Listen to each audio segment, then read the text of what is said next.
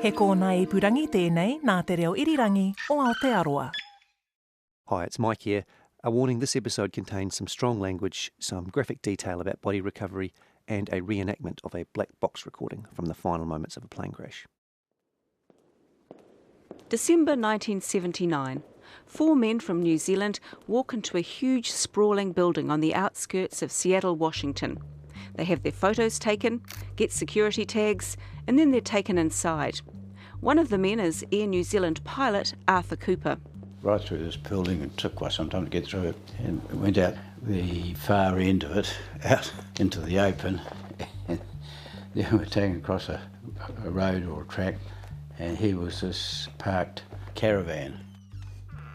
And we went in there, and here was this old bit of machinery there. This is where they're going to play the first go of the tape.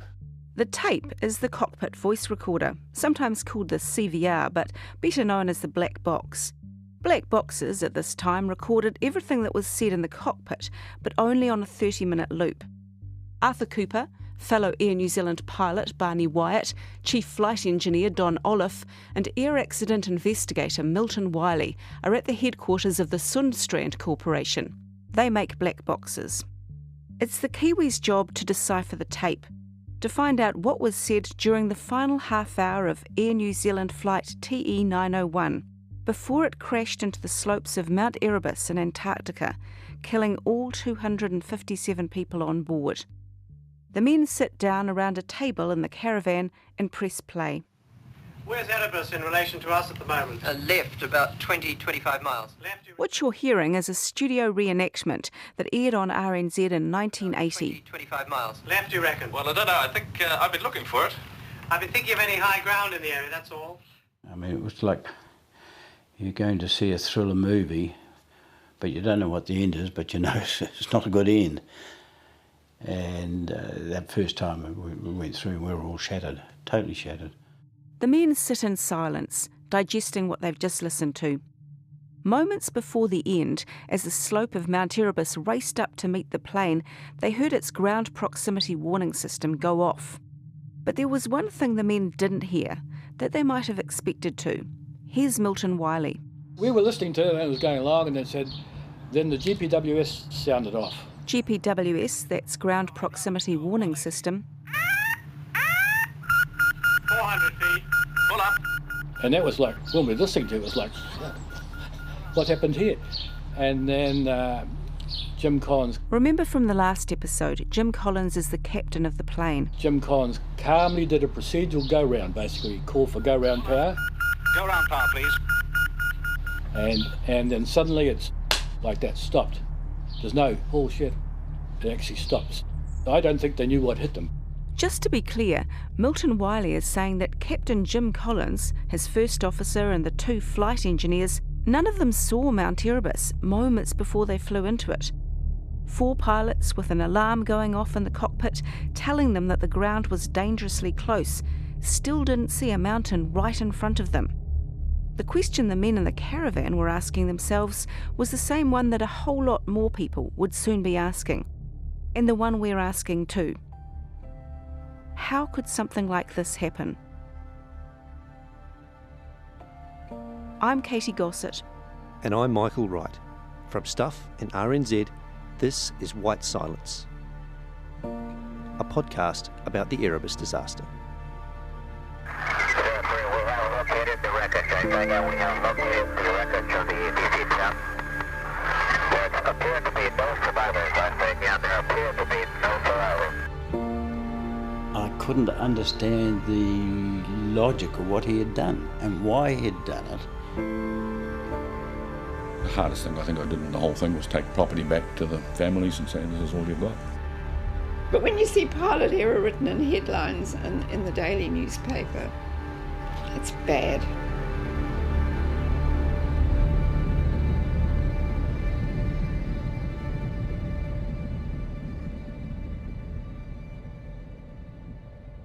Episode 2, The Caravan. My name's Ian Thomas Hambley.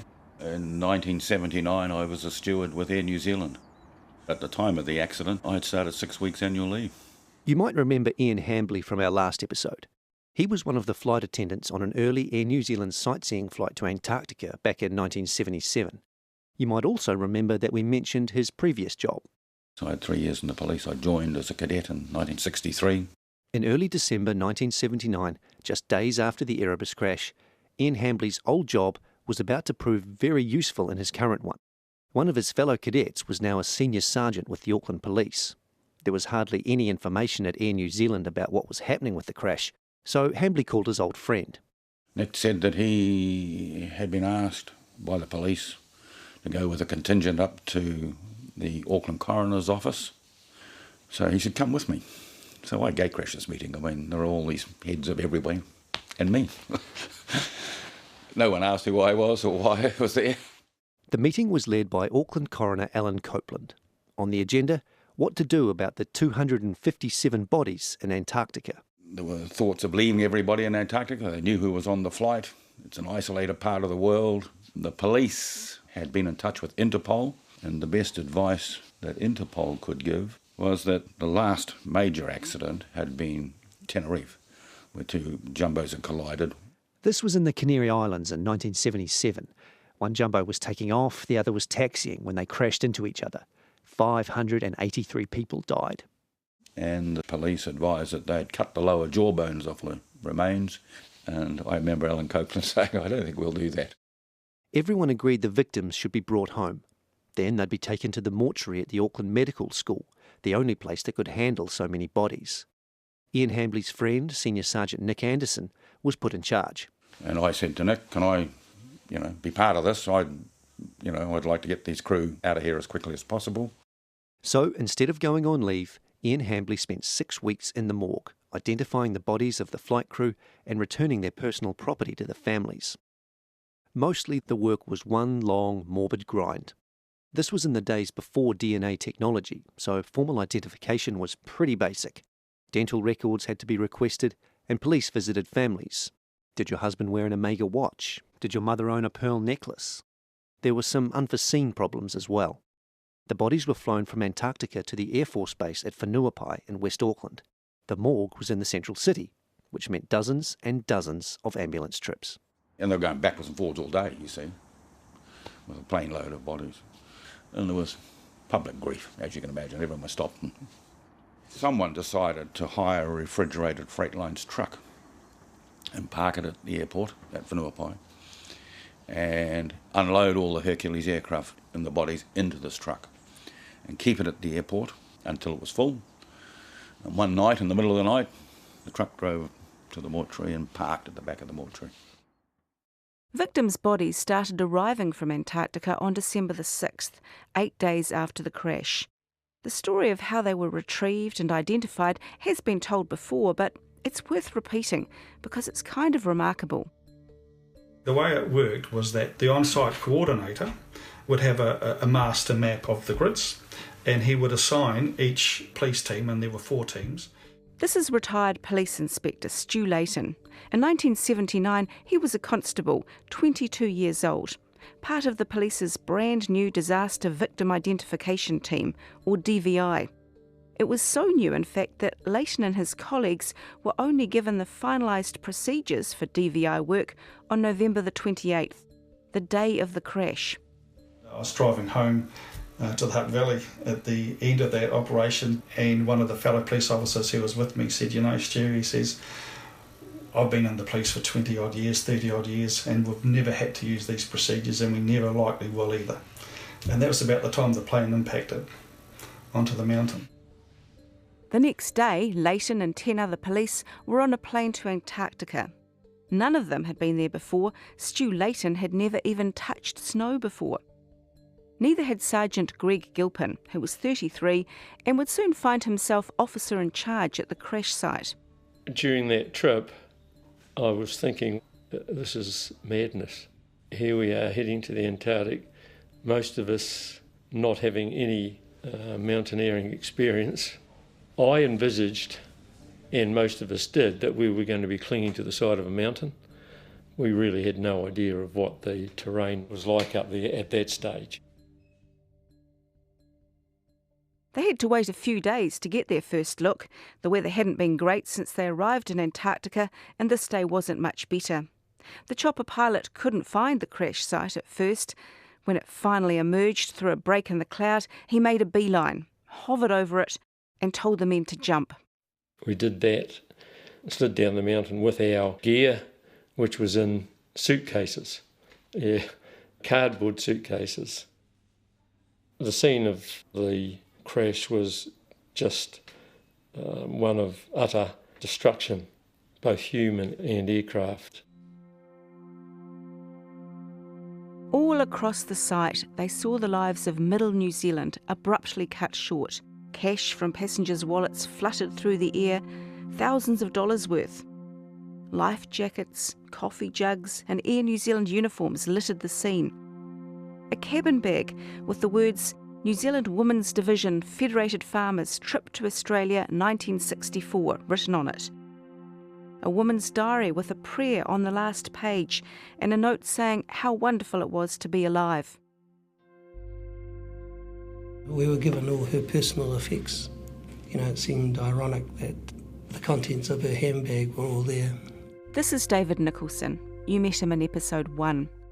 His sister Christine was on the flight that day, and he still has her personal items brought home from the mountain. Her jewellery was all there. Makeup, crazy things really, several $100 and $10 notes, all smelling of aircraft dieseling. So, there's a massive impact, and yet all these possessions and what have you, the watches still work, everything is still there and was recovered and, was part of her. The men went to work. The site had been surveyed into grids, 30 metres squared. Those are the ones you heard Stu Layton talking about before. Bodies were marked with green flags and areas with crevasses were marked with red flags. Most of the bodies were at the top of the crash site. The middle of the plane, driven by engines at near full power, had overtaken the cockpit on impact, and it was clear there'd been a pretty big fire as well. Sometimes a storm blew up and the men had to rush back to their tents. If they didn't go fast enough, they got hit by aircraft debris, whipped up by the wind. As well as all that, there was the actual job at hand. Every body part found was treated as a separate body. There were 257 people on the plane and 348 bodies. They all had to be chipped out of the ice. Many of them were contorted, frozen at all angles, and wouldn't fit into the body bags. Large Antarctic seabirds called skuas were a constant menace, attacking the bodies, usually the eyes first. They got so bad, the men took to covering the victims in snow after they'd been tagged and before they were taken away. It was just steeling yourself to go and do the job. Greg Gilpin again. The only way really you could get through it is to have regular breaks and go up to the top of the site and have a cuppa or whatever, and then get back into it, because the gear we had, the gloves were no good. They were of good material, but they were too short, and there was human, just falling down inside the gloves, and it was just getting yourself psyched up to go back and face it. We should point out here that the police weren't the only ones recovering bodies. A lot of the work was done by the mountaineers, who the police depended on for their safety. They couldn't go near the red flags, the ones marking crevasses, unless they had a mountaineer with them. If a body was down a crevasse, and many were, it was the mountaineers who retrieved it. Keith Woodford, who we met in the last episode, says much of what he did was before body recovery started, when experts were poring over the site looking for clues about what caused the crash. Those experts included Air New Zealand's chief pilot, Ian Gemmell, who was looking for the aircraft's 2 black boxes. Woodford was responsible for Ian Gemmell's safety on the mountain. When they were searching the site, they were roped together. Ian Gemmell was a strong character. He was one of those people who would try not to show emotions, old school type, tough-minded person. It was very raw, the experience for him at the time. These were his mates, his colleagues, that had been flying the plane. And from my discussions with Ian, he was just puzzled. What the hell had gone on? How had this happened? It was a mystery. Later, Gemmell's conduct at the crash site would be questioned and he'd be accused of lying. But for now, he simply delivered the black boxes to investigators. Once he found them, they were on the next plane back to New Zealand, then on to the US to be transcribed.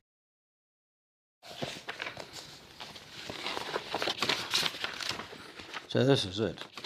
Arthur Cooper still has his copy of the transcription from 40 years ago. There's been things added since, some of it mine. So this was the sort of the legend. Number one was the captain, first officer, flight engineer, Brooks, flight engineer, Maloney. Everything Arthur Cooper is showing me is handwritten, all by one person. That was one of the rules, so it would be clear if someone else had changed something. Another was that all 3 Air New Zealand pilots had to agree on what they heard and who said it before it was written down. They'd been chosen because they knew the flight crew and could recognise their voices. Outside of family members, who really weren't an option, they were the best bet. Plus, they knew flying and DC-10s. But there was a limit to how much of their expertise they could apply. Our job wasn't to try and figure out what's happened. We were there to transcribe word by word right through of what was said. That was easier said than done. Very few people have heard the actual cockpit recording. Access is heavily restricted.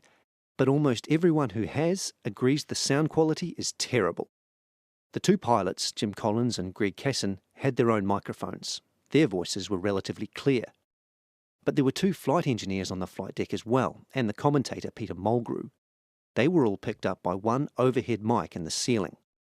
Also, the cockpit door was open a lot. One of the perks of the Antarctic trips was that passengers could visit the flight deck, chat with the crew and see what was going on. That meant a whole lot more voices in the mix, along with banging and crashing in the galley and whatever other noises wandered in from the cabin. To give you an idea of the difference, the men transcribed 20 minutes of a 35-minute tape on the first day, mostly the clear parts with Collins and Casson talking. The other 15 minutes took 5 days. It depended how well the individual spoke. Some people are clear. The second flight engineer, Nick Maloney, who was a good friend of mine, and I knew him well, he sort of mumbled, okay? Mulgrew, he mumbled just the same.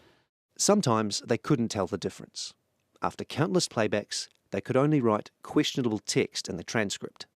Cooper says they listened to the dead men's voices so many times, it was like they were ghosts in the room with them. You know, we'd be sitting around concentrating what was said, trying to pick up another word, what it may be, and Nick Maloney would be mumbling away, and I remember Don Olive saying, "Well, for Christ's sake, Nick, speak clearly, won't you?" You know, as though he was there. After 6 days, the pilots had done all they could.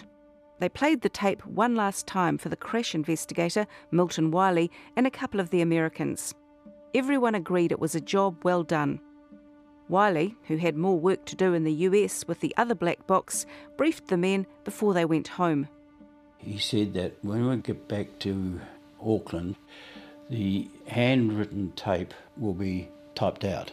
All the men would then be called in one last time to listen to the tape again and check that the typed copy was accurate.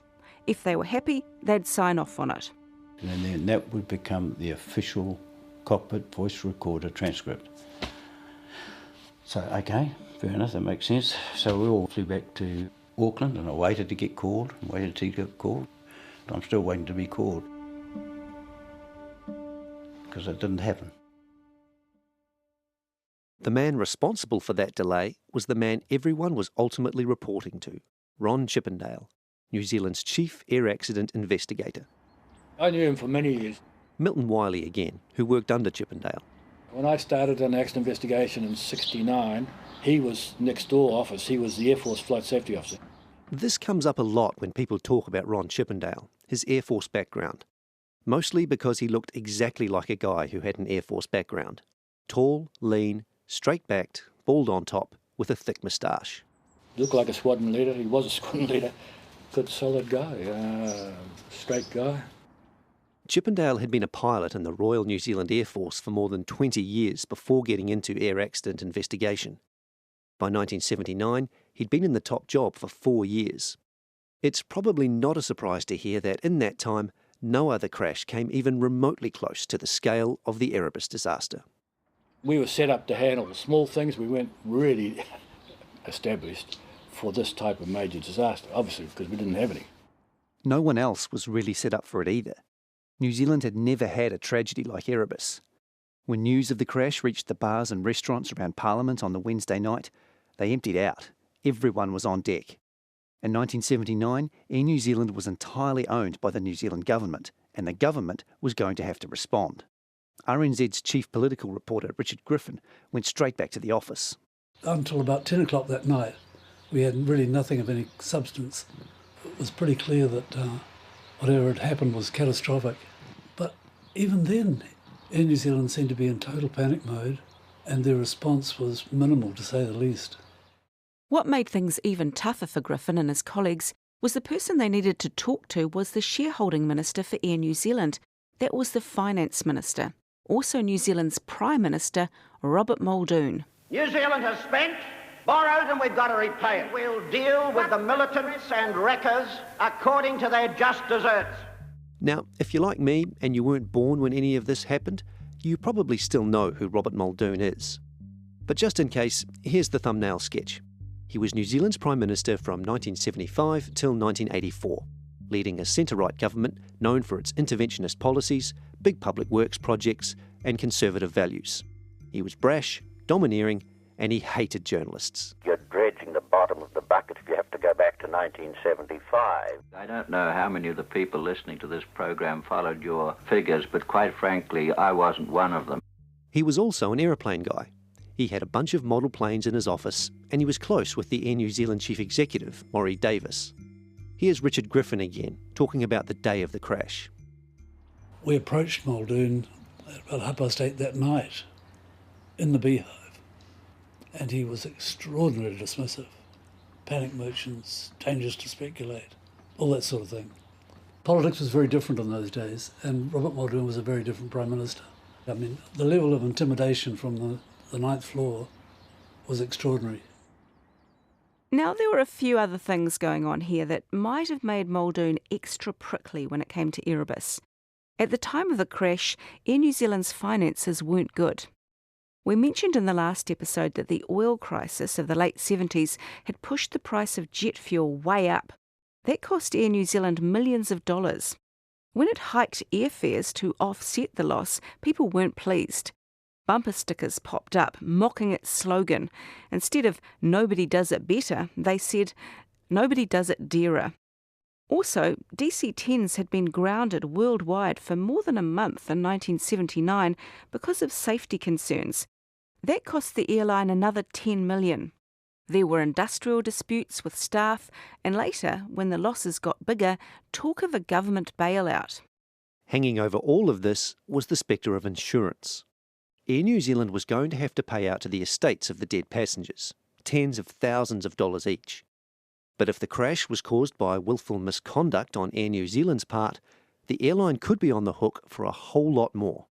And so, for 6 months after the crash, almost nothing of any substance was heard from Air New Zealand or the government on the subject of the Erebus crash.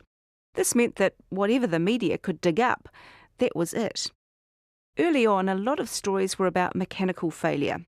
This was what grounded DC-10s a few months before the crash, but it was ruled out pretty quickly.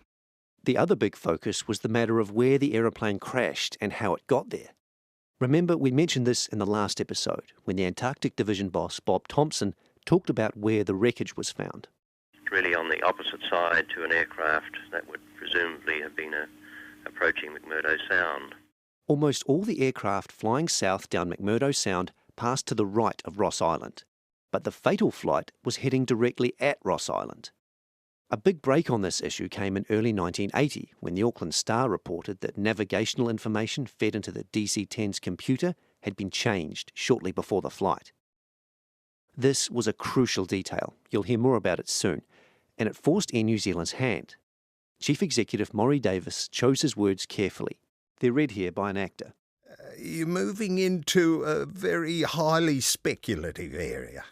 The navigational information and the flight plan for the aircraft which crashed was accurate and entirely in order.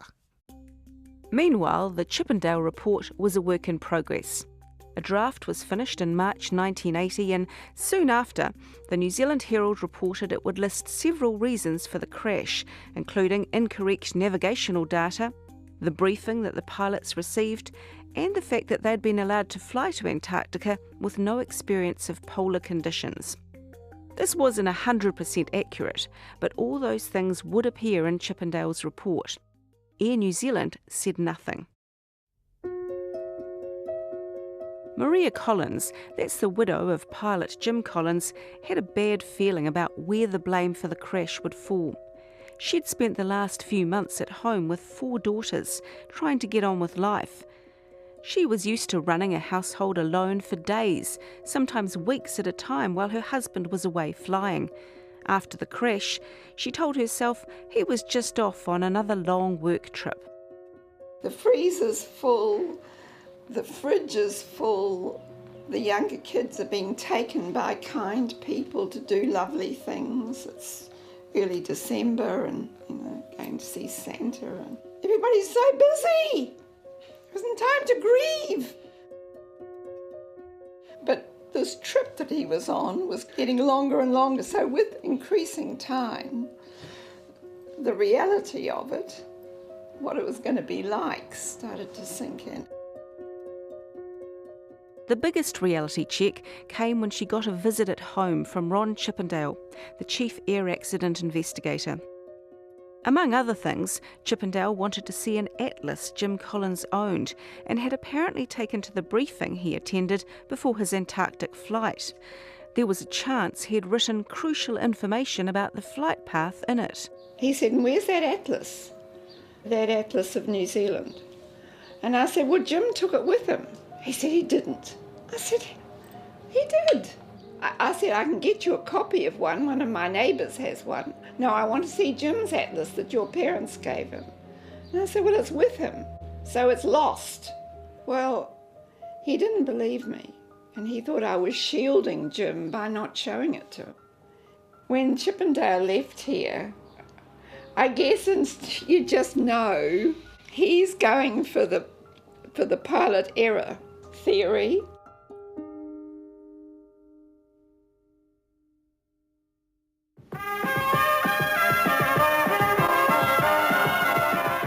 The New Zealand government has released the official report of its Chief Inspector of Air Accidents on the DC-10 crash, which killed 257 people on the slopes of Mount Erebus in Antarctica last November.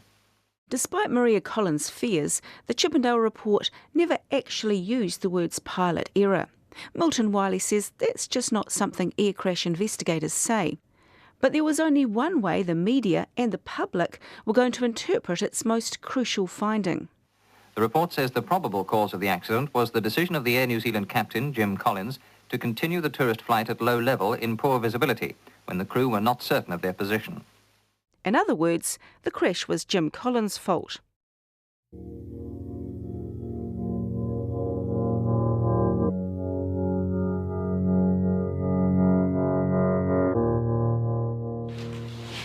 Crash report. Here we are. Points to error by... Here we are. I went to see Maria Collins at her home a few months ago. She still has all the newspaper clippings she collected that blame her husband for the Erebus disaster. The other voices you can hear are her eldest daughter, Catherine, and me. It's June, just as when the Chippendale a couple of weeks before, yeah.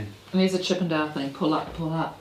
Is that, so that's that version that's of the transcript? Chippendale's report. Dad saying, "Oh, let's spin it a bit thick, eh, Bert?" Or something. It's all rubbish. Fair to say the Collins family didn't think much of the Chippendale report. Essentially, it found that Jim Collins had taken the plane too low while being unsure of where he was and unable to see what was in front of him.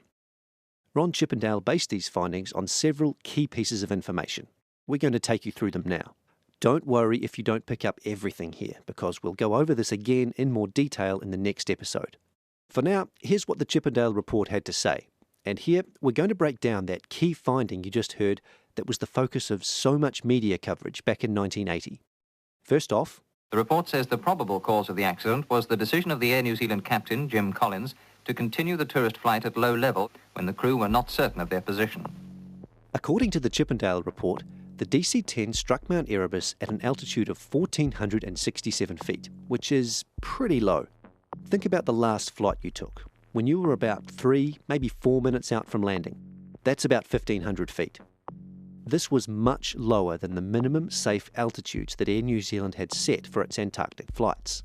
Now, you'll hear a lot more about minimum safe altitudes in the next episode, but for now, all you need to know is that the main MSA, that's what everyone called them, MSAs, was set at 16,000 feet, and it was Air New Zealand's position that pilots on the Antarctic flights were banned from going below it. Ron Chippendale found that by descending to 1,500 feet, Jim Collins did not comply with the MSA restrictions. He called this the initiating factor in the crash. Now, before you go thinking Jim Collins and Greg Casson went completely rogue here and took the plane down to a crazily low level, they did have a permission of sorts. Air traffic control at McMurdo Station told the pilots, you can drop down to 1,500 feet if you want. We'll get into exactly how and why this happened later, but for now, all that's important is that Chippendale acknowledged this detail in his report, but dismissed it as irrelevant. The fact was, he said, that Captain Collins had breached Air New Zealand's rules by not staying above 16,000 feet. Now, the second part of that key finding. This was the question of exactly what the pilots could see in front of them. In Chippendale's conclusion, the decision to keep flying at that low altitude in poor visibility. Visibility so poor that they didn't see Mount Erebus in front of them. Remember, this is what had surprised Arthur Cooper and the others when they listened to the black box recording. Why was no one screaming that they're about to hit a mountain? Plainly, they hadn't seen it. The question was, why not? The answer lay with the weather. The air traffic controller had told the pilots that conditions at McMurdo Station were low overcast cloud at about 2,000 feet, a bit of snow, but otherwise good visibility of about 40 miles under the cloud. That's the edge. Down to 2,000 feet. Yes. Yes. Yes, hold. You've got speed set up there anyway, haven't you? Altitude, Captain. Speed. The pilots took the plane down to an altitude of 1,500 feet to get under that cloud and give the passengers a good view of the area. As Chippendale said, quote, "The pilot probably assumed he would be able to see any and all obstructions clearly." Jim Collins couldn't see any and all obstructions. Most importantly, he couldn't see Mount Erebus. I reckon birds through here and Altitude, Rock Captain. Island there. Erebus should be here. Right. Terrain 1,500. Collins and his flight crew had very likely succumbed to an insidious form of whiteout. This is another term you'll hear a lot of, whiteout. If you've heard it before, you'd probably associate it with being in fog or cloud or a snowstorm. Anywhere where the whiteness of your surroundings means you can't see. Those are all true, but this type of whiteout was different. Now, Chippendale didn't say this is definitely what happened, but he went into a lot of detail describing this in his report. Remember, the plane was flying in clear air when it crashed, so, for lack of a better term, we're going to call this clear air whiteout. Now, some experts might be cringing here, but very simply, clear air whiteout occurs when you have white surface below you, such as the solid sea ice, and a white surface above you, such as an overcast cloud bank at 2,000 feet. Sunlight penetrates the cloud and then reflects off the two white surfaces over and again. This plays a trick on the human eye. It struggles to separate the two surfaces and can't make out the horizon. So not only might you not be able to tell that the ground is rising in front of you, your eyes might in fact be telling you the opposite, that there is flat terrain ahead as far as you can see. That's why no one on the flight deck said anything about the mountain in front of them, not even in the last moments before impact. They genuinely thought there was nothing there. If that all sounds crazy to you, you're not alone. Chippendale also noted in his report that people who haven't experienced clear air whiteout before often have a hard time accepting that it exists. The fact is, it does, and you don't need to be in an aeroplane to fall for it. Here's Milton Wiley. We had some guys at McMurdo, when they were down there, they were on one of these skidoo type things. and they tried to drive along. They thought they were driving on a level, but they were actually going up about a 30-degree slope, and then they wondered why this thing stopped. Then they realised that they fell off this thing. That's the effect of whiteout. But it wasn't in cloud. So, according to Chippendale, 2 of the 3 key reasons why the plane crashed were Jim Collins' decision to take the plane so low, under the 16,000-foot limit, and, as you've just heard, that the crew were likely hit by a kind of whiteout, which meant they not only couldn't see Erebus in front of them, but were under the illusion that there was nothing but flat terrain ahead. The last reason was about something we've heard before, that the flight crew was not certain of their position. This is connected to some of the media coverage we mentioned earlier, about there being some kind of navigational data issue that might have caused the crash. Now, this part is a bit complicated, but bear with us. We'll try to keep it simple, and we are definitely going to come back to it later. Here we go. The path of any commercial flight is made up of a series of waypoints. These are coordinates, latitudes and longitudes, that can be plotted on a map and that an aeroplane's onboard navigation system can follow. Sort of like a join the dots to get you from A to B. On most flights, the final plot point, or the destination waypoint, will be the airport that you're flying to. But the Antarctic flights were a round trip, down and back, so the destination waypoint was just a nominal halfway mark, where the plane turned around and came home. The navigation issue on the fatal flight was that one of the coordinates on the destination waypoint had been changed. The flight plan stored on Air New Zealand's computer had McMurdo Base marked in the wrong place. It was more than 2 degrees of longitude out, which put it on the other side of McMurdo Sound. Now, the original route for the Antarctic flights was over Ross Island and Mount Erebus, but the change you just heard about moved the flight path 27 miles to the west, out into the middle of McMurdo Sound, where there was nothing but flat sea ice below. This change was made by mistake, and it actually happened in 1978. 5 flights had been and gone before anyone noticed anything. The reason for this, Chippendale said, was because once the planes were in the McMurdo area and the weather was good, they pretty much went where they wanted to. They were sightseeing flights after all, so in other words, they weren't sticking to the flight path, which meant they weren't flying all the way to the destination waypoint to find out exactly where it was. 3 weeks before their flight down to the ice, pilots Jim Collins and Greg Casson attended a briefing. At this briefing, they saw the same flight plan as the previous pilots, the one with the mistake in it. But between the briefing, which was on November the 9th, and the fatal flight on the 28th, the error was picked up. It was finally corrected on the 27th, changed back to something close to the original flight path over Ross Island and Mount Erebus, the day before their flight. No one told Collins or Casson about this.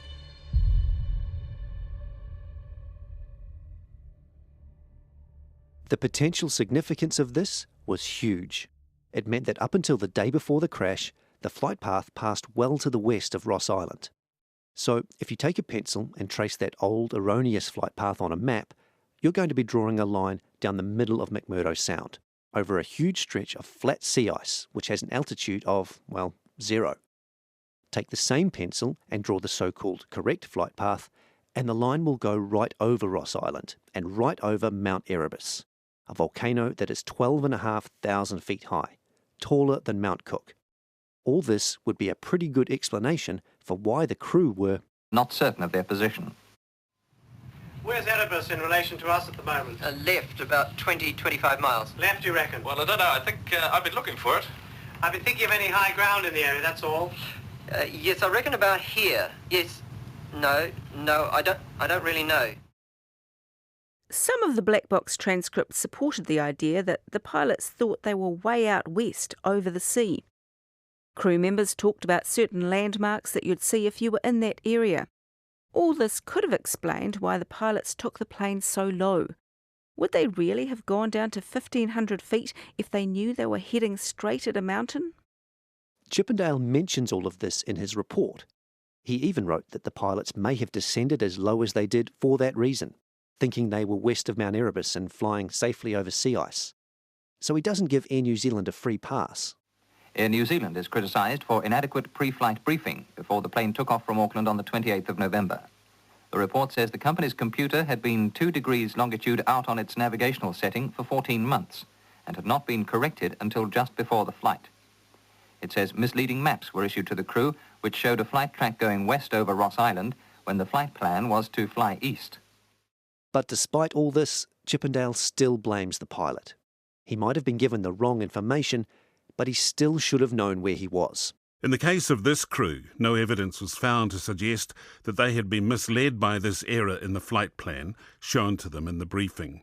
And that's all that stuck in the public's mind. Yes, Air New Zealand had made mistakes, but when it came to the headlines and what people remembered, there was only one story in town. Maria Collins was devastated. She'd heard from friends at Air New Zealand that there was a navigation issue in the crash, but here it was, well and truly buried in stories that blamed her husband and ran a picture of him that she hated. It was probably just a personnel photo from Air New Zealand, but Maria thought it made Jim look like an idiot. If you've seen it, it's not great. It does kind of look like a mugshot. It was her lowest moment.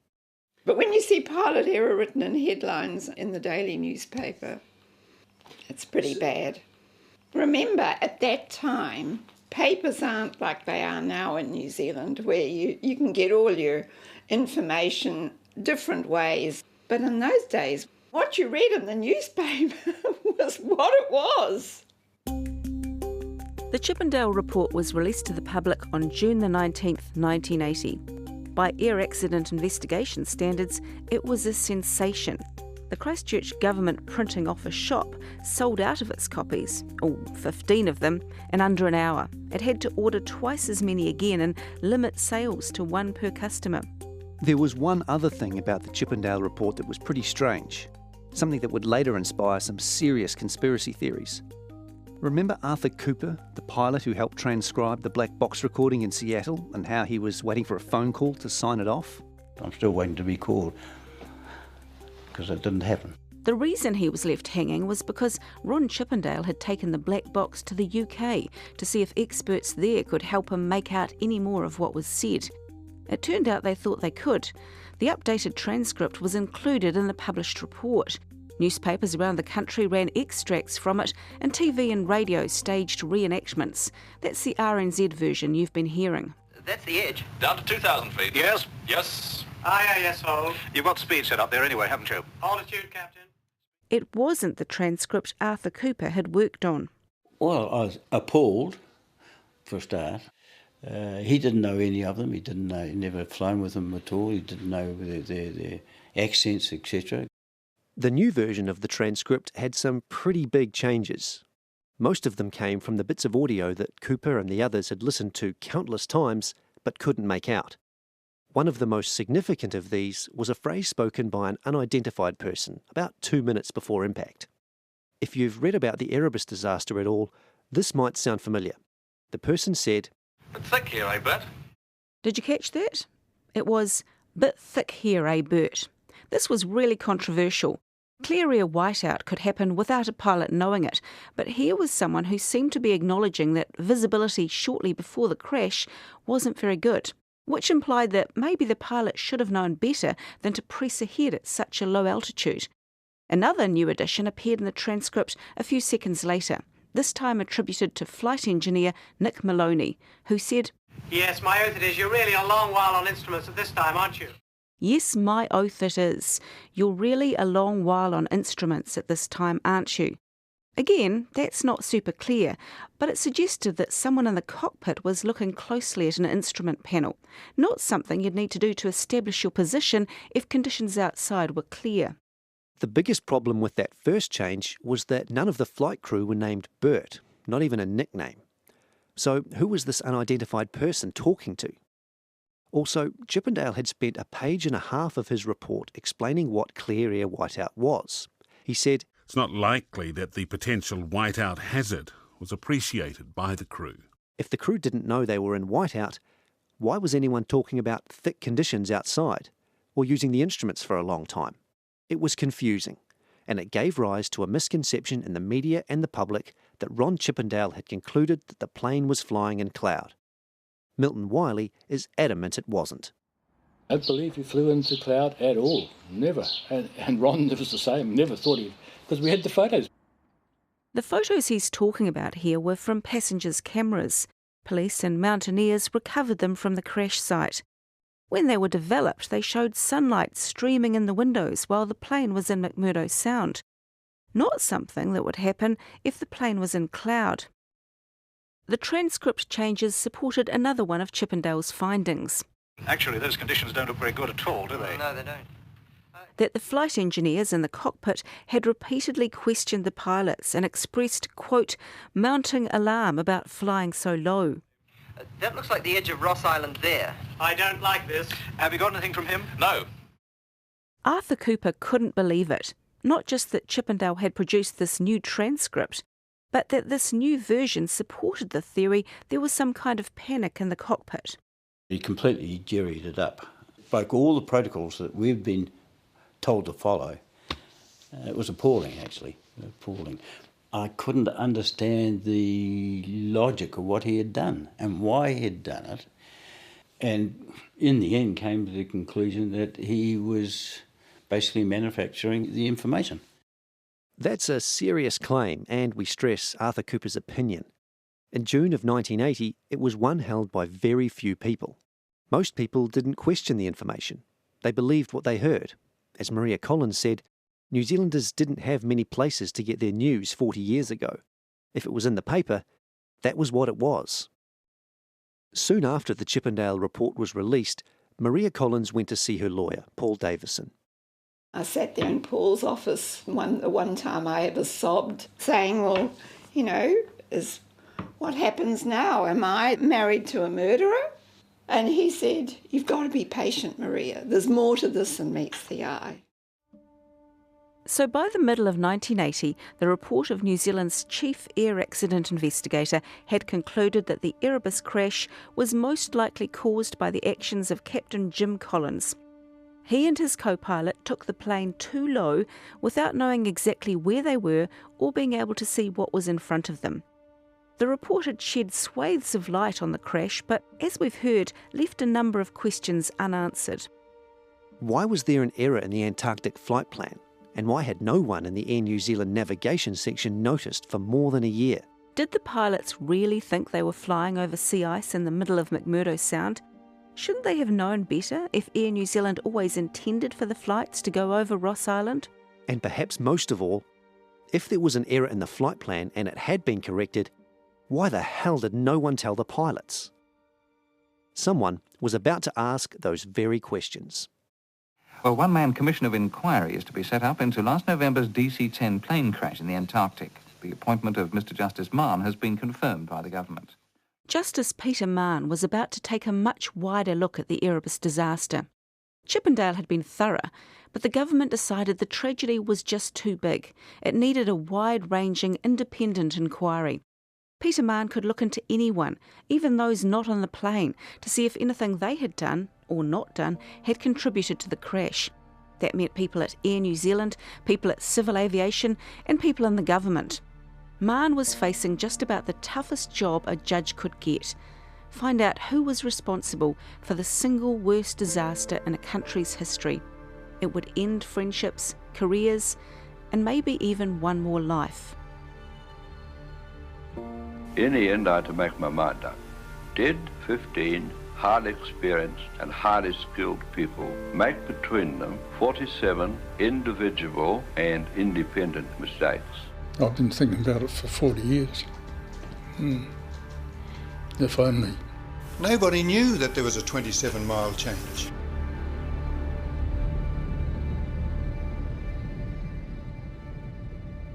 That's next time on White Silence. White Silence is a co-production between Stuff and RNZ, written, produced and presented by Katy Gosset and me, Michael Wright. Our executive producers are Tim Watkin and Justin Gregory for RNZ, and for Stuff, Carol Hirschfeld, Keith Lynch, John Hardevelt, Carmela Heyman and Adam Dudding also helped produce this podcast. This episode was engineered by Alex Harmer and included audio from Ngautonga Sound and Vision and Archives New Zealand. You can subscribe to the full 6-part series at Apple, Spotify, Radio Public, Podbean and other podcast providers. You can also go to the Stuff or RNZ homepages to find details on how to subscribe.